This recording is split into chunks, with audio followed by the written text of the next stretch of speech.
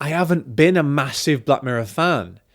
There's been some that I loved, most that I thought were very well written, but okay.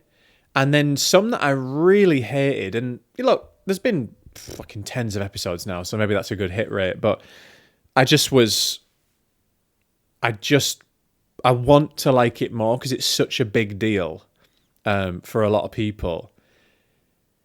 And so we watched this first episode, which was called Common People. And I'll say spoiler alert up front for this one if you haven't seen it.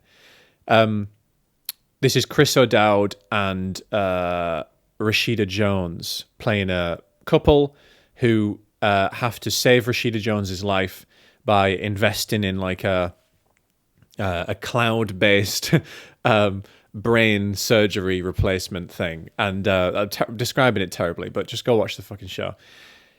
I'm not really going to dive into the plot details and talk about like what I thought about that, but more just to say that I had similar issues with this that I've had with other Black Mirror shows, which is no, I can't predict where it's going to go from the first moment, but once that kind of midpoint happens and you see the trajectory of the show, that's when I tend to mentally switch off from Black Mirror, because it does follow a familiar pattern. You know, once you see, okay, this is how the analogy is being spun for this part, this element of futuristic technology, and this is how it's going to ruin their lives, usually.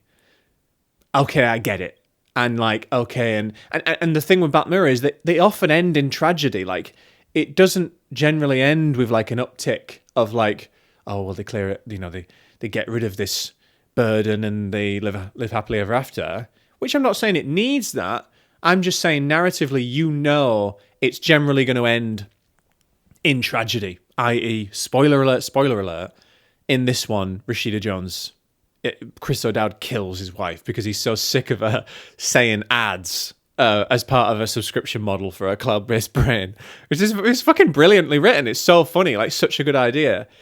But you kind of know it's coming from halfway through. You're like, well, this is going to all end in tears. And do I really want to depress myself and watch this? Anyway, I did. You can't fault the ideas. That's the thing that always brings Black Mirror back home. You just cannot fault the ideas. And so people who love Black Mirror will love this. And I'm excited to watch the rest of the series. I am.